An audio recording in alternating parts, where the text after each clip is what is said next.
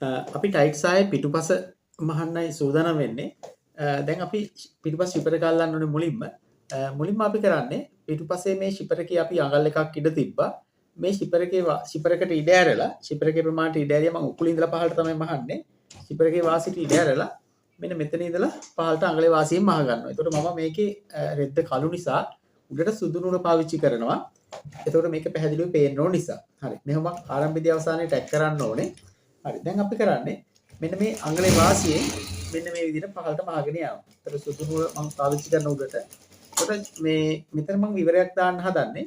විවරේ දානවා නම් ඒ විවරේ අවශ්‍ය උසින් නවත්තන්න, ටැග් කරලා නවත්තන්න. හරි. එතකොට ඔන්න ඔය විදිහට අපි මේ පැත්ත මහ ගන්නවා.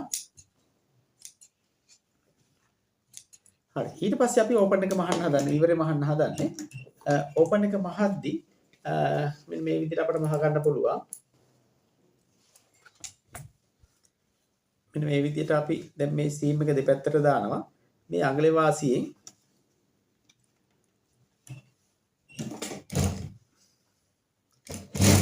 මෙන්න මේ විදිහට මහනවා. ඕපන් ක්‍රම කීපයක් තියෙනවා. මේ එක ක්‍රමයක්. ඊළඟ ක්‍රමය මම ආයෙත් වෙන පාඩමකදී කියලා දෙන්නම්. මෙන්න මේ විදිහට අපි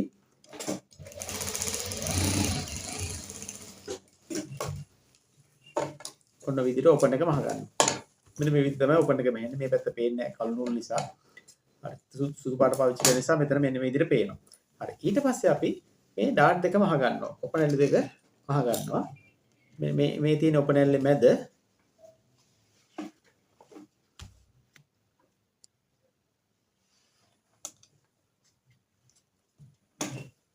ඩාට් එකේ මැදි කරලා අපි අඟලේ වාසියෙන් පහළට මහ ගන්නවා.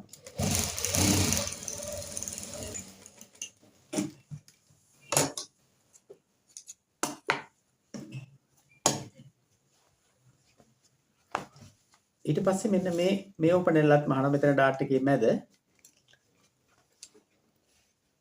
දුරු වෙන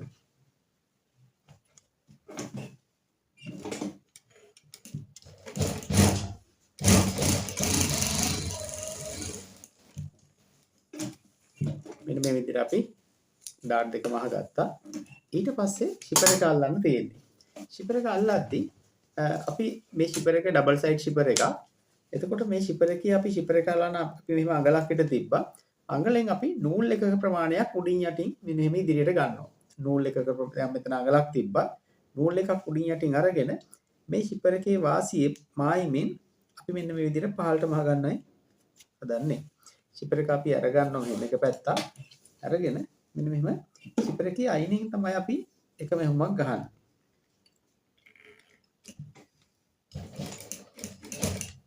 එතන නූල් එකක් අපි මෙන්න මෙහෙම එළියට ගන්නවා. හොඳින් අපි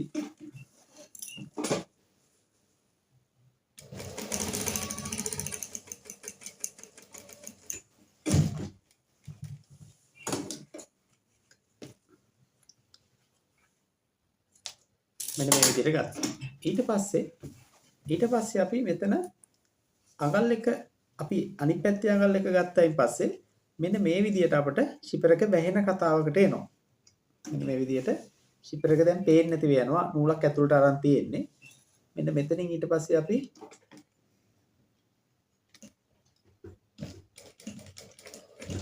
මෙතන ටැග් කරන්න ඕනේ.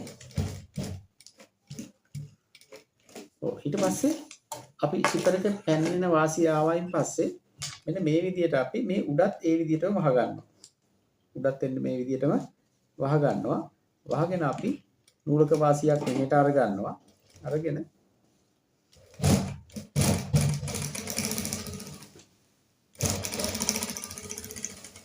මෙන්න මේ විදිහට ගන්නවා. එතකොට දැන් අපිට මෙන්න මේ විදිහට ශිපර එක බැහිලා තියෙන ශිපර එක පේන්නේ නැහැ. එක පැත්තකින් තමයි සම්බන්ධ වෙලා තියෙන්නේ. හරි. අපි ඔන්න සම්පූර්ණ පිටුපස මහ ගත්තා. ඊට පස්සේ කරන්නේ ඉදිරිපස පළුවේ ඉදිරිපසට ඩාට් දෙකක් තියෙනවා. ඒ ඕපන් ඇලි දෙක අපි මෙන්න මේ විදිහට මහ ගන්නවා. ඉස්සරහා ඩාට් දෙකත් අපි අර පිටිපස්සේ විදිහටම මහ ගන්නවා.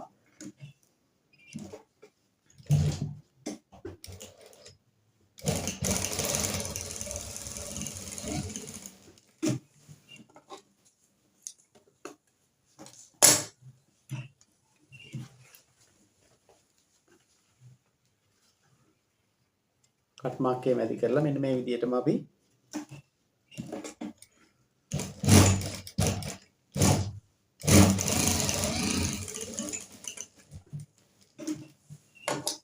මෙන්න මේ විදිහට ඩාට් එක මහ ගන්නවා. දැන් ඊට පස්සේ කරන්නේ අපි දෙපැත්ත මුට්ටු කරනවා. මට ටේප් එක ටේප්. ඊට පස්සේ ඔයාලා සයිඩ් සීම් ගහද්දී දෙපැත්ත මුට්ටු කරද්දී අනිවාර්යෙන් ඉන ආයෙත් පොඩක් දැන් ඉන 30යි නම් මේ පැත්තක තියෙන්න ඕනේ 15ක්. ඒ 15 තියෙද කියලා චෙක් කරගන්න ආයෙත්. දෙපැත්ත ගහද්දී අනිවාර්යෙන් ඉනේ පැත්තකගේ තියෙද කියලා බලන්න ඕනේ. හරි. ඊට පස්සේ අපි කරන්නේ දැන් මේ සයිඩ් සීම් දෙක ගහනවා. දැන් අපි මේකේ පිටිපස්සට විවරයක් දැම්මේ. එතකොට මේකේ සයිඩ් ඕපන් තියලා මහන්නත් පුළුවන්. ඒතර පිටිපස්සට විවරය දාන්න නැත්නම් පැත්තට ඕපන් එක දානවා. ඒත් අර කෙනෙක් තමයි අපි කරන්නේ අවශ්‍ය උසින් නවත්තලා සයිඩ් සීම් එක දෙපැත්තට පෙරලා මහන්න තියෙන. දැන් මෙතන අපි සයිඩ් සීම් එකක් දාන්නේ. මේ මෙතන පිටිපස්ස විවරයක් තමයි දැම්මේ. බැක් එකේ විවරයක් තමයි දැම්මේ. හරි. ඔන්න ඔය විදිහට අපි පැත්ත මහ ගත්තා. ඊට පස්සේ දැන් අපි මේ පැත්තත් මහ ගන්නවා. මෙන්න මේ විදිහට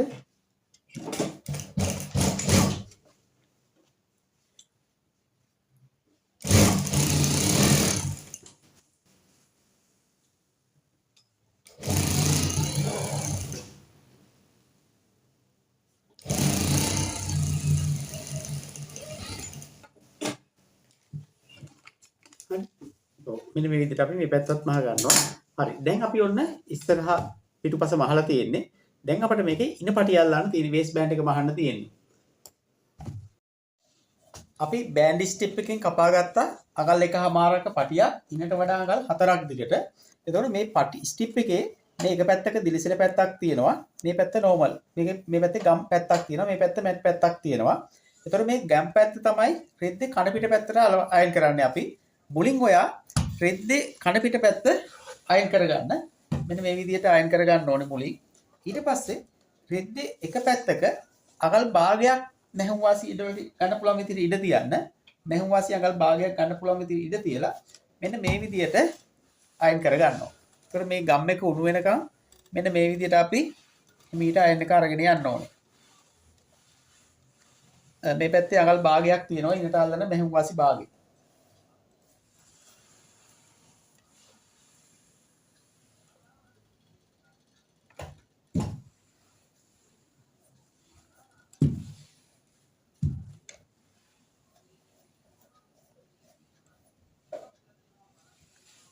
මේ ගම් එක හොඳට ඇලෙනකම් මෙන්න මේ විදිහට අයන් කරගන්න ඕනේ.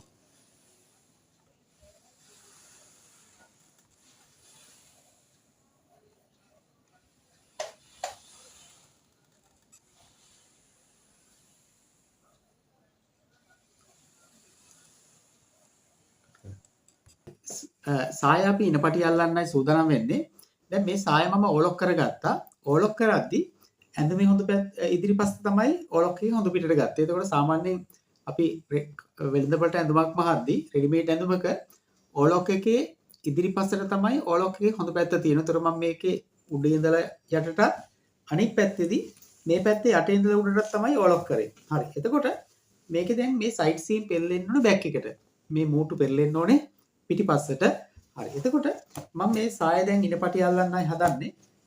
එතකොට මේ මම මෙතන මම චෝක් මාක් එකක් දාගන්නවා. ඒතකොට චෝක් මාක් එකක් දාගන්න එකේ තේරුම තමයි ඒතකොට අපිට ඉනපටියේ බේස් බෑන්ඩ් එකේ උස කොට එන්නේ නැති වෙන්න මෙතන අල්ල ගන්න පුළුවන්. මෙතනින් පටන් අරන් මෙතනින් ෆිනිෂ් කරන්න පුළුවන්. හරි. දැන් අපි ඉනපටිය අල්ලන්න හදන්නේ. මම බේස් බෑන්ඩ් එකේ ඉනපටියෙත් එක පැත්තක් ඕලොක් කරගත්තා. හරි. දැන් මෙතන මම මෙන්න මෙහෙම වැඩක් කරනවා. දැන් මෙතන මම අර කල්සම් වල එන හාක්කයක් අල්ලන්න හදන්නේ. මේකෙදි මේ මම අඟල් 3ක තව ස්ටිප් පටි කෑල්ලක් එහා පැත්තේ අල්ලගත්තා. මෙතන අඟල් 2.5ක් මම එළියට දාන්නයි හදන්නේ. මේක කල්සමට ගන්න පුළුවන්. සාමාන්‍ය කල්සමට නැහැ නේද තමයි මම පිටිපසට කරන්නේ. හරි බලගන්න. දැන් මෙන්න මෙහෙමයි කතාව. දැන් මෙතන මම අඟල් 2.5ක් මෙතන ඉඳලා අඟල් 2.5ක් මම එළියට දානවා මෙතනින්. අඟල් 2.5ක් එළියට දානවා. මෙතන තනි හාක්කෙන් තියන්න පුළුවන්. මම හාක්ක දෙකක් දාන්නයි හදන්නේ මෙතන. මෙන්න මෙතන එළියට මම අඟල් 2.5ක් දැම්මා. අඟල් 2.5ක් දාලා මේ ස්ටිප් එක දාලා ඉනපටි අල්ලද්දි ස්ටිප් එක හවු වෙන්නේ නැති වෙන්නේ ස්ටිප් එකේ අයිනින් මහගෙන යන්න ඕනේ. ස්ටිප් එක අහුවෙන්නේ නැති වෙන්න ස්ටිප් එකේ අයිනින් මහගෙන යන්න ඕනේ. මෙන්න මේ විදිහට ස්ටිප් එක අහුනොත් එතන මේ ඉස්සෙන්න වගේ එනවා. හරි. එතකොට මේ මූට්ටුව පෙරලෙන්න ඕනේ මේ පිටුපස පැත්ත. මේ මූට්ටුව පෙරලෙනවා මේ පැත්තට. එතකොට ඕලොක්කේ හොඳ පැත්ත තමයි මේ පැත්තේ තියෙන්නේ. මෙන්න මේ විදිහට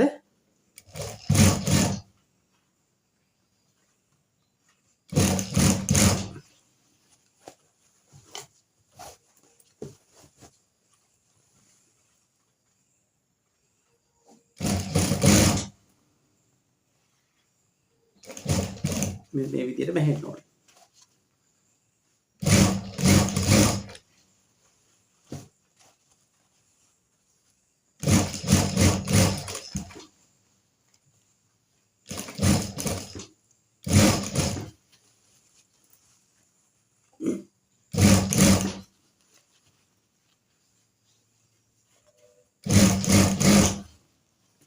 හරි. එතකොට මෙන්න මෙතනින් මම මෙන්න මේ ගානේ ටීච් කරනවා.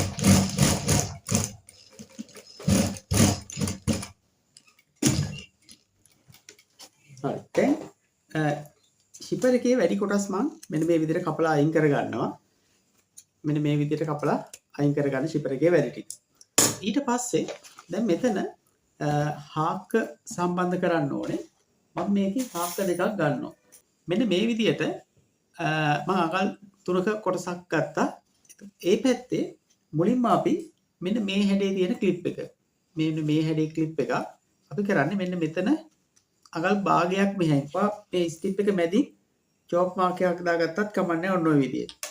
දාගෙන ස්ටිප් එක මැදින් අකල් කාලක් විතර මෙහායි මෙන්න මේක මම මෙහෙම ක්ලිප් කරගන්නවා. එතකොට ක්ලිප් කරගෙන ඊට පස්සේ කරන්නේ මෙන්න මේකේ ලොක් කොටස තමයි මේ තියෙන්නේ. මේක සම්බන්ධ කරනවා මෙතනින්. මෙතනින් තියලා ඔයාලට එච්චර පැහැදිලිව මේක පේන එකක් නැහැ. මෙන්න මේ විදිහට මේක සම්බන්ධ කරනවා.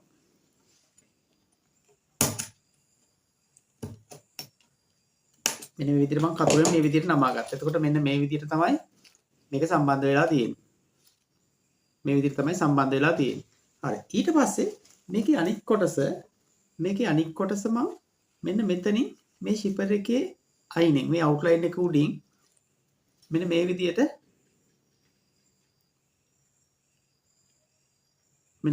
සම්බන්ධ කර ගන්නවා. ඒතර මේකෙත් මෙන්න මේ කොටස මෙතනින් දාලා මේක මෙහෙම මම කතුරෙන් මෙන්න මේ විදිහට ලොක් කර ගන්නවා. හරි. ඊට පස්සේ කරන්නේ දැන් මෙන්න මේ ෂිපර් එක වහනවා. දැන් මේක එක හාක්කෙන් තිබ්බත් ඇති මම හාක්ක දෙකක් දාන්නේ ශක්තිමත් බව වැඩි වෙන්න. එතකොට මෙන්න මේ කෙලින් ඊට පස්සේ මෙයාගේ කොටස මෙතනින් මේ හාක්කේ කෙලින් මාර්කයක් දා ගන්නවා. මේ හාක්ක කෙලින් තව මාර්කයක් දාගන්න. එතකොට මේ කොටස් දෙකේ අනිත් කොටස් දෙකේ එන්නේ මෙයාගේ කෙලින් මෙතන සම්බන්ධ වෙනවා. මෙයාගේ කෙලින් මෙතන සම්බන්ධ වෙනවා. හරි. එතකොට මෙන්න මේ විදිහට දැන් අපි අනිත් හාක්ක දෙකක් සම්බන්ධ කර ගන්නවා. මේකේ මම මෙතනත් මැද මාක් කරගත්තා. මෙන්න මෙතනින් උතර මාක් කරගත්ත තැනින් මේ විදිහට ක්ලිප් කර ගන්නවා. ක්ලිප් කරගෙන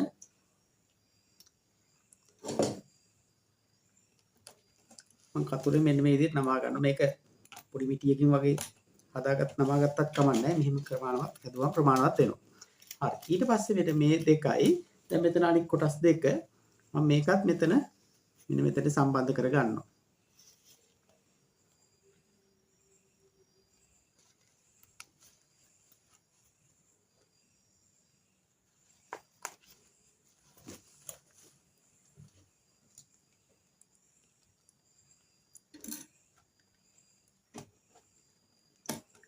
මම හිතනවා මේවට පැහැදිලි වෙන්නේ නැති කියලා. හරි. එතකොට ඔන්න ඔය විදිහට දැන් මේ කොටස් දෙකයි මේ කොටස් දෙකයි. හරි. ඊට පස්සේ දැන් මේ කොටස තමයි අගල් දෙකමාරක් වැඩිව තියෙන්නේ. දැන් මේ කොටස මම කරන්නේ මේ දෙපැත්ත මෙන්න මේ විදිහට හරව ගන්නවා. හරවගෙන මේ පැත්තට තිබුණේ දැන් මේක අන පිට පැත්තටම පෙරලා ගන්නවා. පෙරලාගෙන මම මෙතන අගල් නූල් දෙකක විතර වාසියක් තියලා තියෙනවා. මම එතනින් මෙන්න මේක මෙන්න මේ අයිනින් මහ ගන්නවා.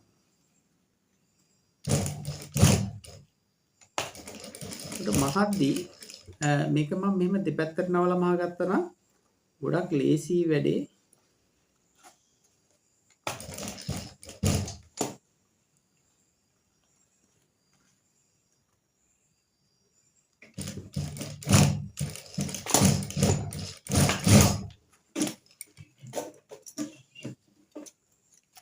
ඔන්න විදිහට මහගෙන ඊට පස්සේ කරන්නේ මෙන්න මේ කොටස අපි මේ පැත්තට මේ කොටස මෙන්න මේ පැත්තට මෙම හරව ගන්නවා. හරවගෙන ඔයාට මේ මුල්ල හරියට මේ තුඩ හරියට ආවේ නැත්තම් ගොඩක් කතුරු දාලා මෙන්න මේ විදිහට හදා ගන්න. එතකොට ඒක ගාට සෙට් වෙලා එනවා.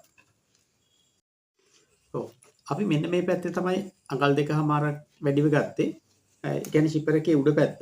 මෙන්න මේ පැත්ත අපි කරන්නේ මේක නැවත මේ පැත්තට නමා ගන්නවා. මේක තමයි ලේසි ක්‍රමය. මෙන්න මේ විදිහට නමා ගන්නවා. මේ විදිහට නමාගෙන මේකේ වැඩි ටික ආයෙත් අපි අතුලට නමා ගන්නවා. අතුලට නමාගෙන මෙන්න මේ අයිනේ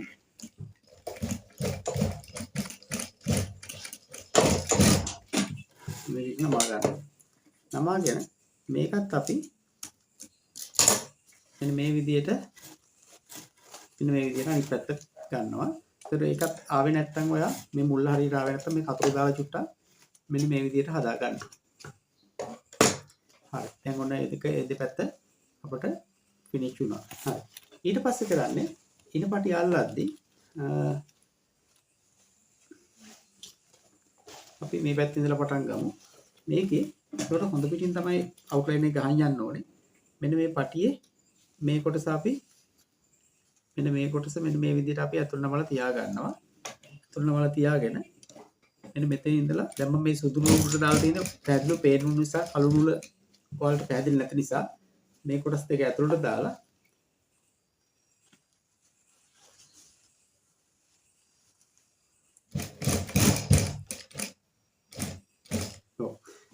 කලිසමක නම් සාමාන්‍යයෙන් මෙන්න මේ අයිනින් තමයි පෙරලෙන්නේ.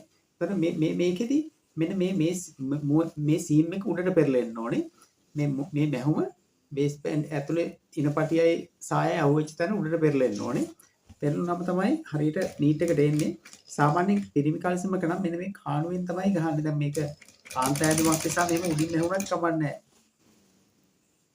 මැහුම් පාර පිරිමි ඇඳුමක නම් අපි මේ අයිනේ යටින් තමයි මැහුම ගහන්නේ. ඒතර මැහුම පේන්නේ නැහැ. සාමාන්‍යයෙන් ඇඳුම් පාටින්ම තමයි ගන්න. මේ සුදු පාට නූල ගත්තේ ඔයාලට පැහැදිලි වෙන්න ඕන නිසා.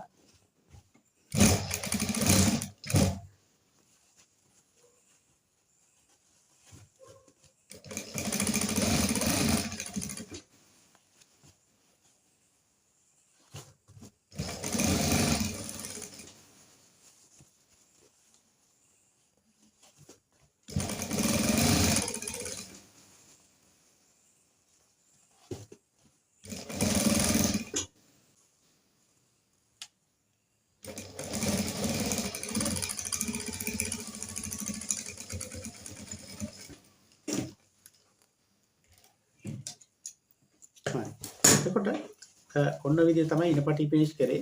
මේ මැහුම අපි පිරිමි ඇඳුමක නම් ඉනපටි යටින් කාණුවෙන් ගහන්නේ.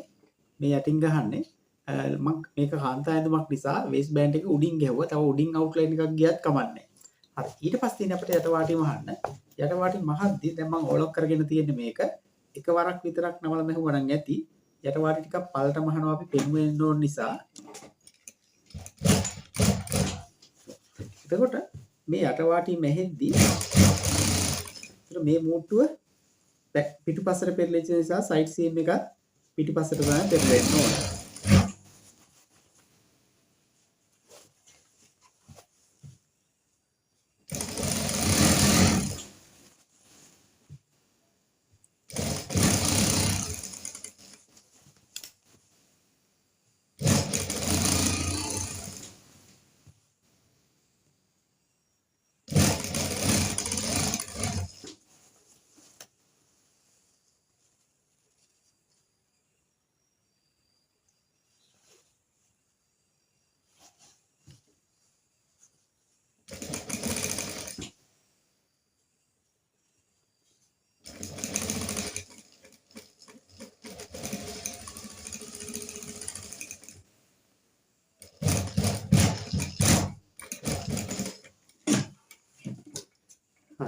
එතකොට ඔන්න විතරම අපි සාය මහලා ඉවර කරේ. දැන් මේකේ නූල් කපන්න ඕනේ. සයිඩ් සාය ඔන්න විතරම අපි මෙහුවේ. එතකොට ෂිපර් එක මෙන්න මේ විදියට තමයි එන්නේ. විතර හාක දෙකක් සම්බන්ධ වෙනවා. එතකොට හාක දෙකක් ආවන් පස්සේ ශක්තිමත්ව තියෙනව නැත්නම් තනි හාකෙන් කැඩලා යන්න ඉඩ තියෙනවා. ගලවලා යන්න පුළුවන්. ඒක නිසා මෙතන අපි හාක දෙකක් සම්බන්ධ කරා. ෂිපර් එක වෙන්නේ මේ විදියට තමයි ආවේ. ඔන්න ඔය තමයි එන්නේ. හරි. ඔයාලත් දැන් මහන්න උත්සාහ කරන්න.